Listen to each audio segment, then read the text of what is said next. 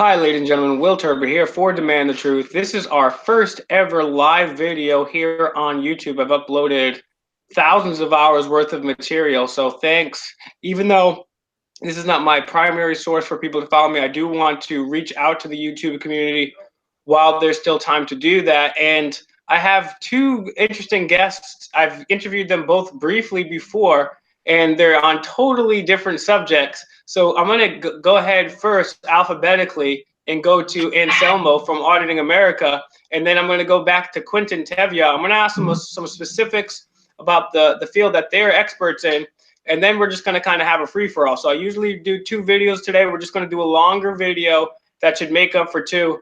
But how do you want the people out there to know you as Auditing? How do you want people out there to talk to you or refer to you as? Well, thank you for having me, Will. And I go by my name. My name is Anselmo Morales. I have a channel. My channel is called Auditing America on YouTube, and it's about First Amendment audits. So, what is a First Amendment audit? Because honestly, I didn't even know what a First Amendment audit was, quite frankly, until I met you. And your audio is a little bit low. If you could maybe bump that up just a little bit, or maybe get a little bit closer. Why don't you tell the folks out there what a First Amendment audit is? Okay, a First Amendment audit is categorized by practitioners as a social movement of activism and citizen journalism, testing constitutional rights. Yeah, so I would say the way I best understand it is it's an audit. So when someone audits something, they do a checkup on something, basically. Audit's just a word for a checkup. And he goes to places that are constitutionally protected areas, which we have the right to free speech, public areas, areas we pay for with our own tax money, whether it be the post office or police office. He goes there and he will audit to make sure that people have the right to free speech, because it seems, and if you check out his channel, Auditing America on YouTube, he just broke 50,000 subscribers. When you check that out, you're going to see him almost all the time, basically, standing up for his First Amendment. And almost every single time the cops are going to come up here, he's just filming. He's just filming. The cops are going to tell him to stop filming, but he has every right to film, and he stands up for his rights, and which has led to some very crazy encounters. Why don't you tell the audience briefly about maybe one or two crazy, maybe the good, bad, and the ugly? Take a few minutes there to talk about, maybe some of the good, bad, and the ugly, because you go out there multiple times a day, almost every single day. So you're really, really out there. And why don't you also, before you get into the good, the bad, and the ugly, and then after this we'll go over to Quintin, but also plug the best places for people to support you and get in touch with you besides Auditing America on YouTube. Well, for now, Auditing America on YouTube, you can find me by Anselmo Morales, my name, and or Auditing America. It's going to show up on my channel, and pretty much, yeah, like you say, there's good, there's bad, and there's ugly, and there's a lot of good encounters with the police, where we're respected and police officers are extremely nice, and some of them are aware of what we're doing, and that's good. We like that, when we get the correct encounter, the one that we're looking for. We're looking for a police officer, yeah, or a government official that respects. We don't, and then we have the bad, where some people don't respect, don't care that they're being recorded.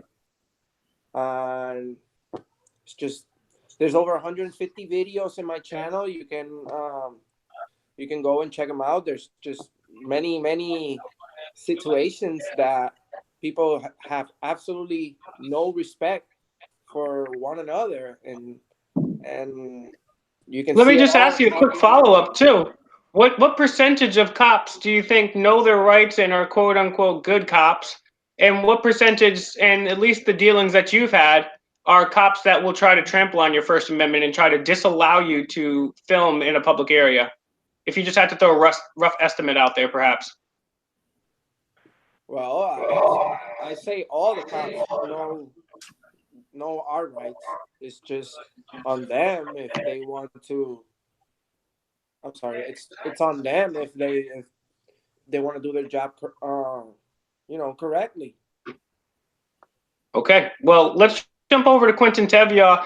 Now, the reason I'm having both these gentlemen on is because they're both part of the evolution. I call it the evolution because the president of the interwebs, Jeff Kenyon, informed me, which I was pretty blind to, the fact that a revolution is just coming full circle back to where you started. We don't want to do that. We want to evolve, not in the Darwinian sense. We want to evolve mentally, spiritually, and so forth. So, Anselmo's out there with Auditing America. He's holding people accountable in the third dimensional world.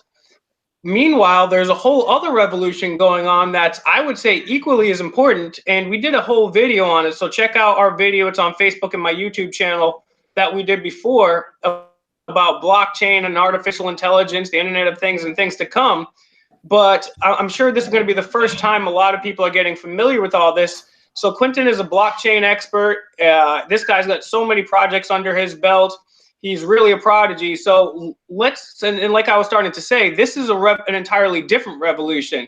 So let's quickly backtrack and let's talk about blockchain technology really quickly again, and what are some of the ramifications. And I'll just quickly say before I let you answer here, as we talked about before, and I'll let Quintin explain it again briefly, but blockchain is something that's not just all on one server like a Gmail or Facebook, that they have things all on massive servers.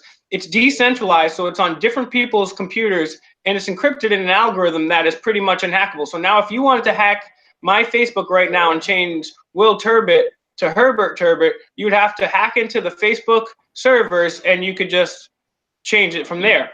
Now, if Facebook was on a blockchain, which had decentralized servers, which were on all different computers throughout the world, which were encrypted by an algorithm, you wouldn't be able to just hack one server. You'd have to hack every single computer attached to this network simultaneously and then going back before that. So that's where the crypto comes from, because the Federal Reserve has been printing money out of thin air for a long time, and we have real transactions, real things here. And I'm going to let Quintin talk about that, but just imagine if we, for example, put voting on the blockchain and we could make sure people wouldn't steal voting. That could revolutionize the way we do things. So Quintin, why don't you tell people, a little bit about yourself, some of the projects you're working on, and then also, just go over blockchain in general for folks, and then also, the ramifications. What as I said, this is a new evolution here. This is a new battleground. Why don't you talk to people about that? Well, to start off the cuff, I'd like to apologize for the terrible audio on the last feed we did. I was stuck in a, I don't know, the bottom of a barrel because I had left my microphone in a terrible setting. So, besides that apology, moving forward, blockchain is it's a representation of receipts, except receipts that don't need to be printed out of a machine every time you swipe your card, and you don't have to swipe a card anymore. You just move your phone and blah blah blah, and that's the most basic representation of blockchain. But moving backwards, what we really have is, as I said the first time, but wasn't well heard, it is a photo book or a receipt of everything that has happened in the past, whose hands it is changed with. And the more decentralized that you become inside of these cryptocurrencies, because each one offers a different, say, attraction to its user. A cryptocurrency does nothing more than represent a blockchain. A blockchain that has one specific function that is unique in comparison to its competitor. much like a Whopper to a Big Mac. It's that simple. You can have full decentralization, or you can have stuff that tracks you enough to give you ads that you finally want to see on TV. But is that the kind of tracking you want? There's the ability for, Kraft mac and cheese to figure out how many times you open up your microwave if you open up that kind of door. While at the same time, there is the ability for tons of educational learning for corporations that already exist, while also in the unique way, which is the way that the government's currently absolutely hitting on, not just put it blankly like that, no other way to put it though, is that it gives people the ability to create a free economy again for the first time in a long time. Anybody can create anything. So you get tons of scammers, you get tons of people just boasting bullshit. But then you also have people who have legitimate goals. They have good teams, they have good practices, they have good ideas. What they're trying to do isn't shady. They're letting you in on all of it. And to play a long story short at that point, picking your teams wisely and understanding the ramifications to what blockchain could do for a revolution, so to speak, or what it could do for free speech, for what it could do for people in general, what it could do for economy, what it could do for every person who doesn't think that they don't have enough funding to get their idea out there, what it could do for all these different representations of basically economy. Now, let me ask you, what are maybe 2 or 3 things, good or bad, on the blockchain or blockchains or cryptos? What are 2 or 3 projects that you see that down the line, maybe a couple of years, maybe even 10, 15 years, either for good or bad or for both, have the potential to really change things, and why?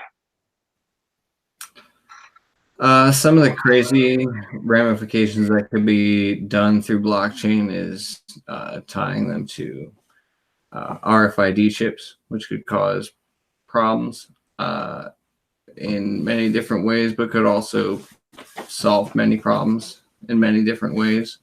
Some of the other ways that you could look at the ramifications of what it could do that is negative is in the same way that I could say, XYZ company knows how many times you open your freezer. So people with frozen goods know how many frozen goods to sell to XYZ stores around your area because they know how many times people in that area open their freezer drawer.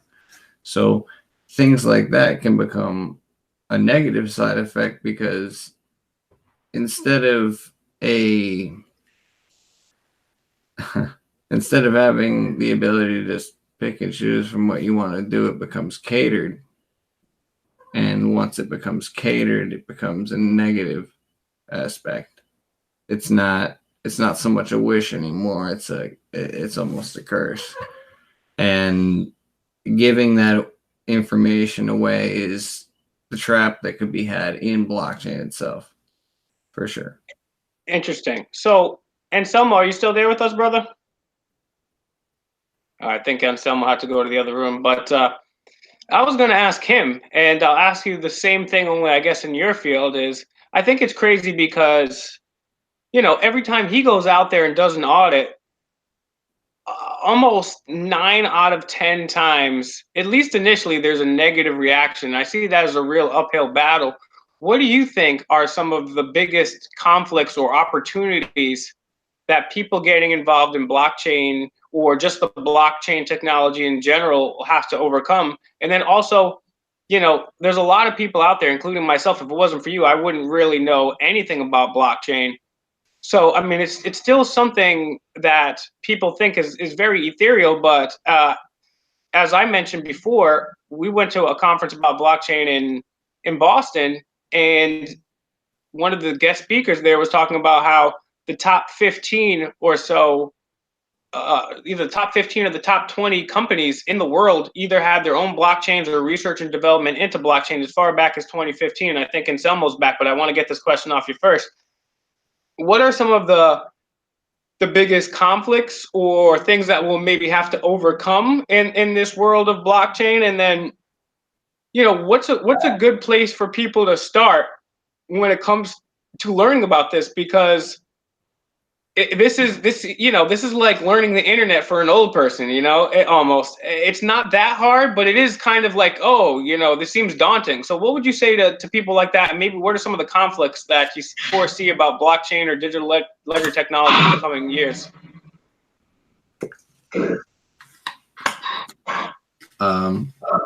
Off the cuff, convincing anybody to replace their, pieces of paper with a piece of digital satisfaction is a hard task. It's crypto's biggest task. However, if it succeeds, it wins. And one of the newest facets has become a quote unquote stable coin, where, a bank like, let's say, Wells Fargo or JP Morgan, who just decided to try to create their own cryptocurrency recently, wanted to back it 1-to-1, one USD to one share. However, and that's the idea of a stable coin for listeners are not aware, is just like it's tethered to, in this case, it would be the US dollar. So it's quote unquote stable. But some people, I think maybe even Quintin, would argue that it's not necessarily stable, but I'll let you continue. But listeners at home, that's what a stable coin is. It's basically one piece of their crypto is equal to $1 or whatever that country they're in is. Absolutely. And not only just like theoretically that, it's backed by their government, signed on documents. The U.S. has several of their own, from, USDC to, in my opinion, original Tether, which could be considered that's just my opinion thing. But, what it really means is they're backing a country's currency against a cryptocurrency, which is nothing more than the same thing that we're handed every day, which is an IOU note, except now it's digital and not physical. Mm-hmm. And in my opinion, that's nothing more than stealing the gold they already stole, which now we don't care about. We care about the paper that backs the gold that was stolen X amount of hundreds of years ago. So, it's all a part of their quick world get it done thing. Yeah, I think that's a very, very good observation, is because we're so far removed from what our money is actually supposed to be. Gold. That's such a great point. They took the gold in 1933. And speaking of audits, they did one audit on Fort Knox in the 70s, and they only let them see like a couple rooms. It's not a real audit. So I think it's really important. I mean, people have lost touch. People don't know what money is anymore. And the great thing about blockchain is it's not just digital numbers on one person's server that can be deleted. It's on everybody's servers and everybody's computers. So now it's not just numbers, random numbers representing random pieces of paper representing gold. Now we actually have some things to track and look at that. So I think it's interesting. But like I said, speaking of auditing, I was going to ask you, Anselmo, it seems to me, and I've watched a lot of your videos, I've been out there with you a couple times, I've gotten arrested with you, and you're on mute too, so you're going to have to unmute yourself. There you go. But to me, it seems like almost every single one of your videos, I mean, there have been some where you've just literally changed someone's opinion right in front of them by speaking with them. But it seems like there are some good cops out there, quote unquote good cops. I think that only real good cops would investigate and expose bad cops. So technically there may not be such a thing as a good cop. But the quote unquote good cops who support what you do, I just saw another video where some of them love what you do. But it seems to me like this is a really, really uphill task, because the cops for so long, just like Quintin was talking about, how we're so far removed from our money, what gold, now they're just digits on a computer screen by Wells Fargo. or Bank of America, what have you, we are so far removed from what Americans and even cops, and it's their job to enforce the Constitution as to what the Constitution is. I mean, long story short, you're out here just filming in public. You got no weapons.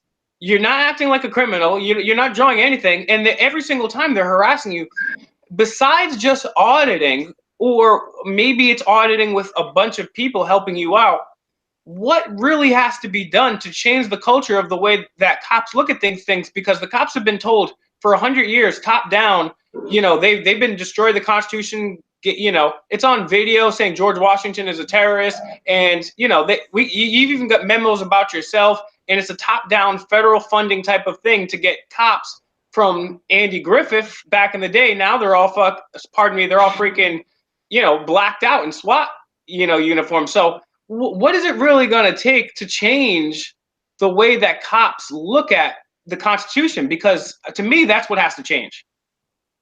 Man, they just have to remember that they are taking a job that requires them to swear that they are going to protect the Constitution of the United States. And if they're not taking that serious, then maybe they shouldn't be a police officer, Now, where do you think this comes from? Do you think it's because they're taught to fundamentally misunderstand the Constitution? Do you think it's because there are people psychologically who are driven to places of power and they want to use that power? Or is it something else? Why do you think that people get so upset that you're just out there filming? I mean, you're just filming. You don't have any weapons or anything on you. It's easy. They need to get used to video cameras, just like celebrities did. You know what I'm saying? Celebrities have to deal with paparazzis. Do paparazzis go make people happy? No. But they're not doing anything illegal. Yep. And they're public servants. And we have freedom of the press. Anybody in America can sit down, work on a story, whether you want to publish it on the newspaper or you're going to get it published on the internet, on YouTube, or whatever platform you're using. It's your constitutional right to do so. Whatever budget that you have, if you're poor, if you're rich, that's why anybody should be able to grab a camera and audit the government by videotaping without being harassed. And that's the goal. Yeah. If everybody picks up a camera and does it as often as possible, we get these audits going on throughout the country. I think people would think twice before speaking, before maybe an officer would think twice before making an arrest. Yeah, no, I agree with you totally. And I find the same thing, whether it be blockchain, my endeavors at Bilderberg, or the children with the DCYF. It can't just be Quintin working on the blockchain and working on 1 million projects and organizing people together. It can't just be me working against for 9/11 truth and trying to expose the missing kids. It can't just be Anselmo out there auditing, because when that happens, you're marginalized and you're like, oh, that guy's just crazy, or oh, that guy's just one person. But if we had 50, 100 people out there, if Anselmo, when he went out to audit, let's just say he went to audit the post office, then the next day someone audited the same post office, and then the next day, and then the next day, and then the next day, you don't even have to be all 50 people there. Right now, I always make the classic example. I've sent an email to every single guy. Yeah, you're absolutely right. If there's so many of us that they should be getting audited every day, everywhere.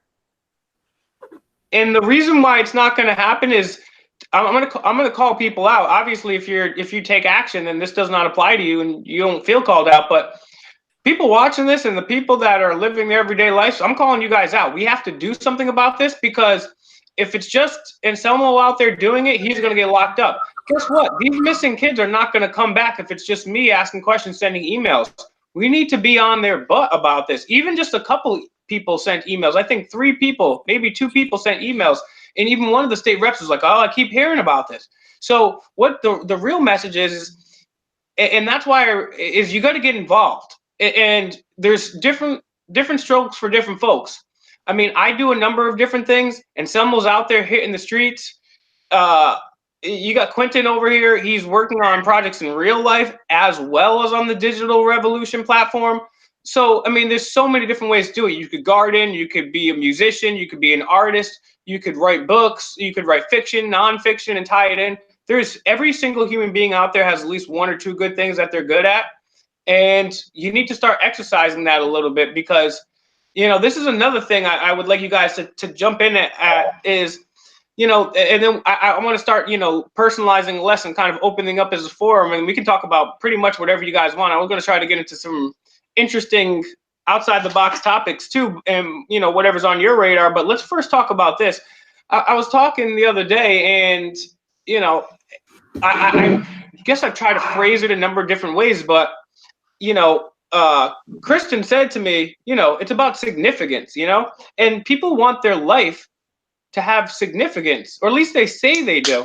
But I feel like people say they want their lives to have significance, but I don't think they're really taking steps to do so. The one thing I can say about the 3 of us here is hate us, love us, whatever, indifferent. We're trying. We're out here. We're trying. We're spending our free time to do this. And they're at least not going to say on our tombstones that we didn't do anything or we gave up.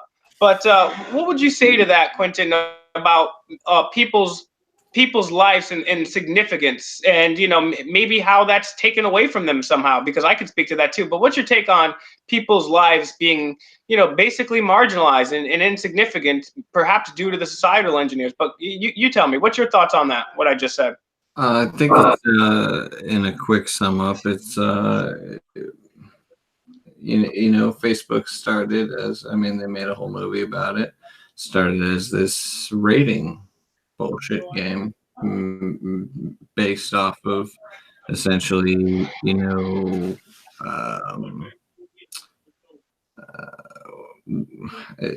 I want to say sexuality, but it's not even best put it at that. It's more like the fuck me, I'm not a scientist. You know what I'm talking about. Either way, did I just cut all live feed? Go ahead. Sorry, Quintin.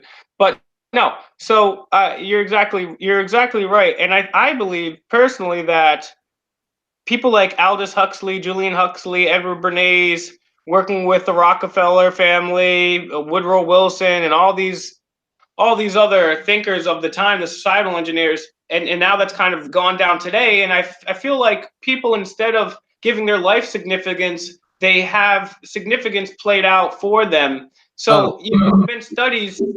Go ahead. I'm sorry. Yeah, no. I just want to make sure I didn't cut there.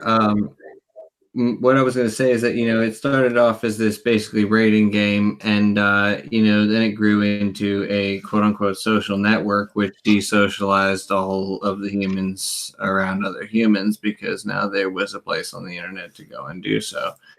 And I think the evolution of that is nothing more than a higher rating system. It's like something out of a, Black Mirror episode. All copyrights to them, but it's something just like that. It's an upgraded version of that is the demoralization and communication of all humans around them. I mean, you could walk up to 90% of the people today and ask them if they know their neighbor's name, and most of them are going to tell you no.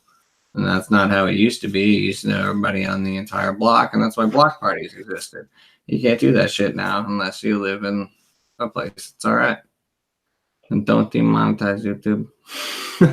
Yeah, no. And so that's the thing. I mean, I think a lot of people, and there've been studies to show that when you go to a movie, you actually react to some of the scenes biochemically, physiologically in your body before they happen, like for example in jump scenes or other things. So you literally on a physiological level are identifying with the lead character or other characters. And I believe that's part of the reason. I mean, human beings are tribal in nature. And so when they go watch a 3-hour football game and they got the drama going back and forth, it's almost like a battle, or they go to watch a movie about Captain America or something like that. They are vicariously living their significance through an exterior hero. Mhm. And that kind of like I said, literally physiologically, you feel like you're doing it. So that kind of your body feels like you already did it. So Exactly. it's like Vicariously. it's almost like soul masturbation, because you're taking your significance and you're just masturbating it to some exterior thing. And that's where I really believe. And then the media and Hollywood are such brainwashers that I really think that's part of it. Oh, absolutely. It's an idea that exists inside of someone's brain that sounds good in theory, but doesn't always necessarily play out in anyone's understanding of how it would have.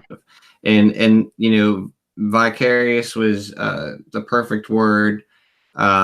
It's a false understanding of living through someone else's being, and when done at a high enough level of power, just period, it becomes a really unique thing. I don't think all people are terrible for using that for what it's for, but it does exist. And the ability to manipulate that is not within, or rather not a terrible way to say it. It's not outside of any human's reach. It comes back down to a moral of principle, and that's determinable by whatever anybody thinks. Yeah, which has been yet again engineered into us by society, and the societal engineers, the elite people that basically have their fingers in every single part of our life, whether it comes to school, mainstream psychology, mainstream media, education, the media, Hollywood, so forth.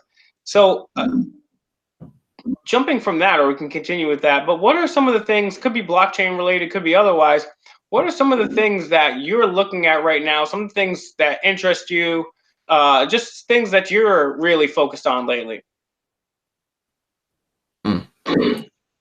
So to branch off subject, I guess I'd start with one, which actually has to do with the last subject. So I'm going to actually add one more now, which is the fact that repetition is nothing more than neurolinguistic programming, which is also happening during, So let's slow down, because I know there's going to be a few people that are watching and listening to this that are familiar with neurolinguistic programming. But I mean, why don't you define that, or I'll define that, or you can give your opinion on what you think it is. But what is neurolinguistic programming? What is NLP?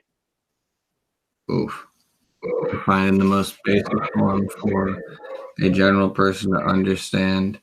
It's manipulating. I'm going to steal this one for you because it's literally right there. It's neuro. I mean, there's neurons in your brain. They're the synapses in your brain. They're the connections in your brain. Linguistic, language, programming. So they're using linguistics, to program your brain. It's just a fancy long word for mind control. So they're using linguistics, language, to program the neurons in your brain. It's brain control. That's really what it is. But yeah, so get back in, just so people are aware about this, because it's crazy, and this has been something that's going on for a long time. But continue. I'm sorry to interrupt. No, I just want to what I said prior, because that has a large part to do with it. And repetition, hearing the same thing, being involved in the same emotions every day, it creates patterns, it creates understandings that aren't necessarily natural. They're just understood because you've heard them for X amount of time. It's like falling in love with a YouTuber, an example. It's like you watch one video, you might hate him because your buddy showed him to you, but 4 months later you watch a video and you don't even know it's the same dude that you watched 4 months ago, and you love the video, and now you're in love with every video that he put out before and all the videos that he's put out after. But you didn't think that you liked that guy, but you didn't really hear that guy out at all. But once you heard him out, you understood him, and that became something that you like to hear. And not to say that every YouTuber is neurolinguistic programming. That's not what I mean. What I mean is that, when you hear something enough times, you will like it. And if it talks to you, then you should listen. And now we can move forward with that with the question if you want to re-ask it. I just wanted to and I'll just briefly say to that, if you hear something long enough, you'll tend to like it, which is why you see the same ads, listen to the same 5 songs that are on the radio day after day after day. But you said something, if it speaks to you, then do something about it. More often than not, when they're playing that stuff, they're shoving it down our throat. It doesn't really speak to you. So that was very important, what you said.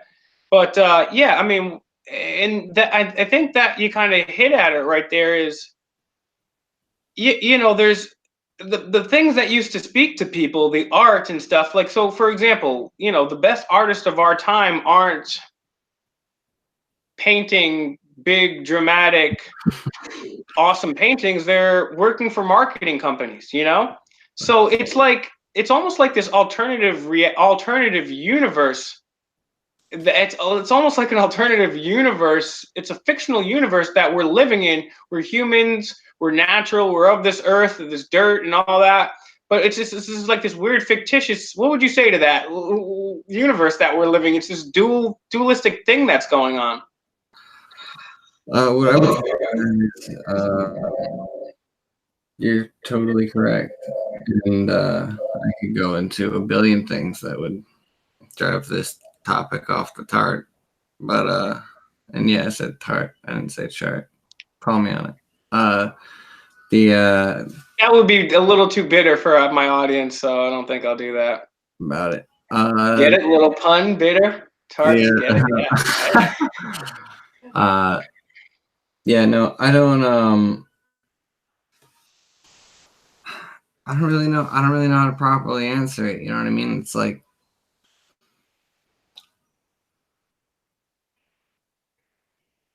Well, I will say this, right? So it's really a tough thing to just kind of throw out there, because I kind of just understood it myself for the first time when I said it. And it's like, wow, it's like, there's a clip of this woman in the 20s, and she's talking to all these girls, and she's like, look at you, you're all so beautiful, but you're all wearing this clothing. It's so boring, it's so drab. You're not showing your real personalities. So maybe talk to this point instead. I feel like there's been an entire parallel universe or fictitious reality going on simultaneously that really focuses on the ego. What would you say to that? Now you're on one of my favorites. I think that the ego, I think that one should learn to kill an ego. I think that one should learn that the ego is the ego is the root of what somebody would normally call proud, but that's a misrepresentation, because a human can be proud of themselves without boasting an ego, and there becomes a misrepresentation there in the first off, and furthering ego should be what you're about, not something fake. It should be who you are. Even if you have to play a game with the people that you're trying to reach them for a while or a long while, you should be able to get past that point at a certain point and say, I did this just to make you listen. And that's when everybody will get it, because you didn't need them to listen from the first place. You just had to get their attention. Once you get their attention, then you have it. Now, you can either do something with it or you can't. And I think that's, I think that a person they should let go of their ego, but they should also not deny themselves the opportunity to do anything in their lives that they think they can do. They just shouldn't be prideful about it. But it's a backward statement because, as I just stated, it's not egotistical to be proud. You should be proud. You just can't be prideful. And it's a weird fine line to cross, but that's definitely what I believe about a human ego and what a person could do, period. Well, Quintin, I'm going to ask you one more question before we wrap it up here. I've had a long day myself. I was up early for court, and then I had a DCYF meeting, and then I was meeting with a few other evolutionaries too. And then we've been working on the blockchain and all the projects we got going on. So I'll give you a chance here to give me any final thoughts, anything that you want the audience to know. But also, what do you think the future is like? I mean, and this all depends on people getting involved or not getting involved, or what I don't know what you think, but what does the future hold? And anything else you want to impart to the audience? And what is the best way that people can get in contact with you, follow your work, and support your work? One, don't pay attention to blockchain or any kind of news that has to do with it, especially if they refer to it as cryptocurrency and not blockchain technology. Number two, don't ever put your money in something that you don't believe in, nor invest money that you don't have to lose, period. And lastly, blockchain will continue, period, to expand beyond what everybody understands, because it's not just a payment method. It's the world's first perfect transaction system. It's a tracking system, and it is possible to make it decentralized, and it has been done. So we have a trackable system and a non-trackable system, and it's up to people to choose which one they're going to support. One will be supported by major banks and run by major banks. One will be supported by the people who believe in it. And there will be two factions in the end of this little blockchain war, not cryptocurrency war, this little blockchain war. So I highly support decentralized, 100% anonymous programs, period. Oh, all right. And so what's the best place for people to get in touch with you and support you and follow your work? Anybody can reach me at Everlasting Profits, as in everlasting, how it's spelled, profits with a PH, PROPHETS. All right, and just spell that out one more time for the audience, just because there might be a little glitch in there in the audio or whatever, but just do that. And also, if you want to give people your Twitter or you don't want to, that's cool, or an error, whatever. But yeah, definitely at least spell out that email, because this guy is a very sophisticated mind. He's working on several. I'll say this: he's working on several blockchain projects that, if they were properly quantified, are worth literally millions and millions and millions of dollars. So this is somebody that you're going to want to get in touch with. Why don't you repeat that email, and then if you want to give people any other information or ways to contact you. Yeah, that would be Everlasting, just how it's spelled. And then profits spelled PROPHETS at gmail.com.